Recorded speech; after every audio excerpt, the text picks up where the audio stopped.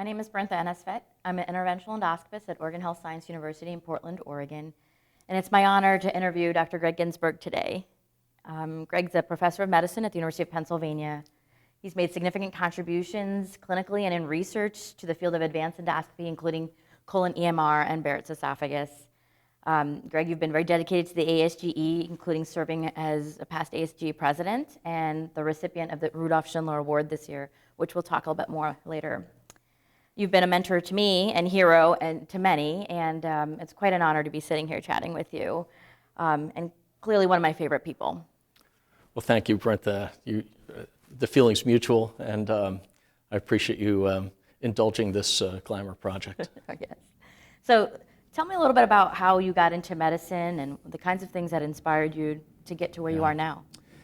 You know, I was fortunate to have great parents, a mother who kept telling me how wonderful I was and imparted a great sense of humor, and a father who tempered that with a real hard work ethic and a show me discipline. But he was a gastroenterologist and one of the early practitioners of gastrointestinal endoscopy. So as a young lad, I would occasionally accompany him to the hospital on weekends. I assisted in a percutaneous liver biopsy at about age 9, and even had my hands on some flexible endoscopes at a young age. When we were growing up, he used our home movie camera to film some of his early endoscopies. But he did not have much in the way of editing tools. So when we would sit down to watch home movies, this was the practice back in the 60s, we would see somebody's birthday party, and then we would flash to a fungating colon cancer, and then there would be maybe Christmas morning, and then there'd be a bleeding ulcer. So there was a real subliminal seduction that came through, I think, that got me interested in gastrointestinal endoscopy particularly. Explains a lot. Thank you for sharing.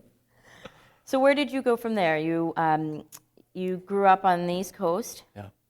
So I grew up outside of Philadelphia and had undergrad at Lafayette. And I had such a good time in college that this was kind of an important life lesson, but I didn't get into medical school first time around. And I had a really scrape, and to tell you the truth, that setback really changed the way I approached many things. I recognized that this was not going to come easy, and that if you know what you want and you have an idea how to get there, you're going to have to work hard to do it. So I'm a little maybe grateful that I got some bitter medicine early on. Yeah, I think it's those kinds of life experiences that set how you practice and how you influence others. Are there other experiences you think along the years that have influenced how you are now? Well, after medical school, I was really fortunate to do my internal medicine training at Georgetown, because at Georgetown at the time, the GI division was really distinguishing itself as a giant and a pioneer in what was still relatively new in gastrointestinal endoscopy. So I fell in with great role models, teachers and trainers there in Stan Benjamin, who was the chief, Firas Alkawas, Louis Corman, and in particular Dave Fleischer. And he was emerging as president of the ASGE. So I was introduced to really innovations in gastrointestinal endoscopy. I was introduced to clinical research. I was introduced to professional society life. And I was introduced to how you could incorporate innovation, training, education, and clinical research into a career path that was I had never been aware of. And so that was some of the special sauce that I've tried to incorporate into my career going forward. So you were there at Georgetown for residency and fellowship? There for residency and fellowship, and then at that time what was a novel, at that time GI training was just 2 years, and the concept of advanced endoscopy was just coming to the fore. And so associated with that, Loctio was just introducing endoscopic ultrasound to the United States, and Locke was recruited to Georgetown. And so I was one of the kind of first class that did advanced training in ERCP, in endoprosthetics, and then the just developing field of endoscopic ultrasound. And and that's really become the triad of advanced endoscopy that you've been trained in, and so many others since that time. It really helped kind of distinguish the field of advanced therapeutic endoscopy. When you were deciding to do the third year or not, was there any other consideration? You're like, maybe I kind of like liver or IBD, or kind of the trajectory was this is where you're going? At that time, it was an exciting time in liver disease as well, and I was very much interested in hepatology.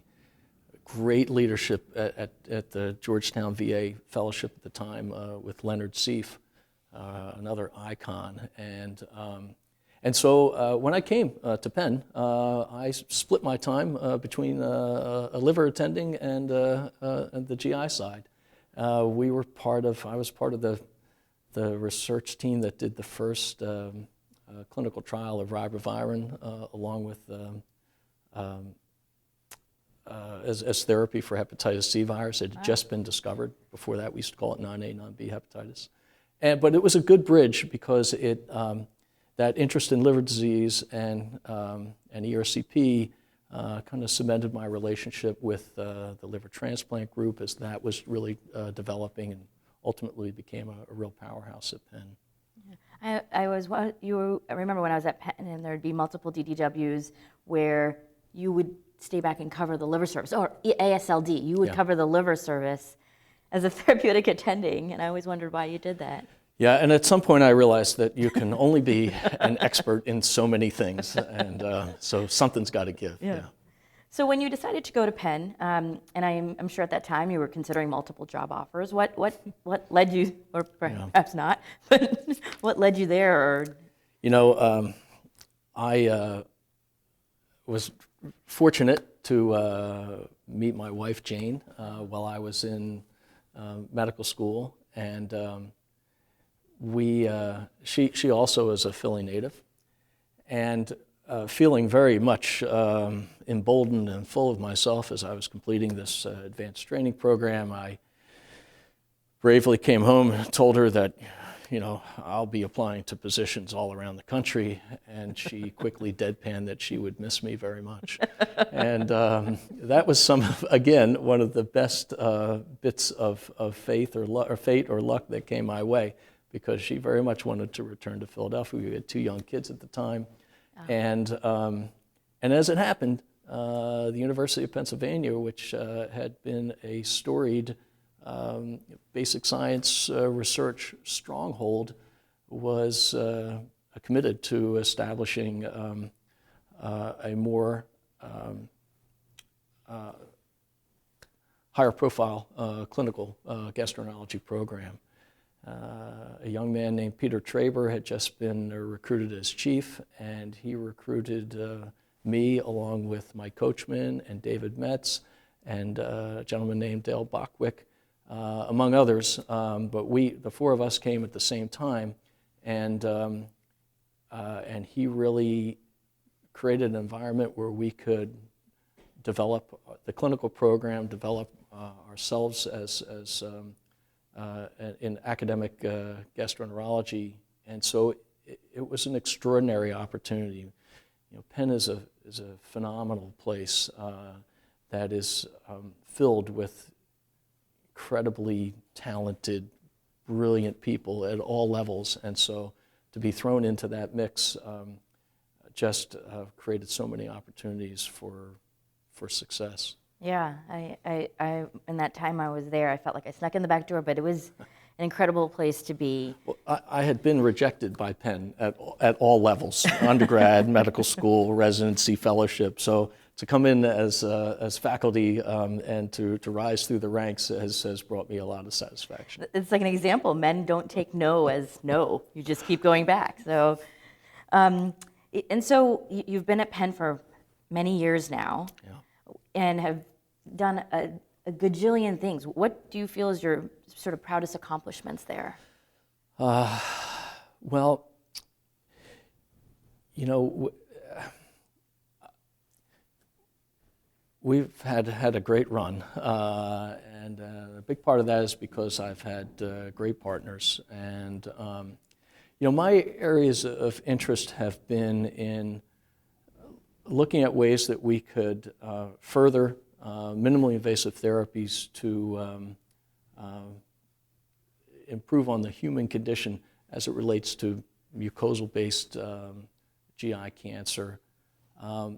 But we did some early research in using magnetic attraction forces and endoscopic ultrasound-guided gastroenteric anastomoses that sort of form the notochord for a lot of the notes-based advances that we're seeing today. So I think being one of the pioneers in bringing wide area endoscopic mucosal resection in the colon and in the esophagus to the United States, those are the things that I guess I'm most proud of. Great. Well, I hear your voice a lot when I'm practicing, so that has been a great influence.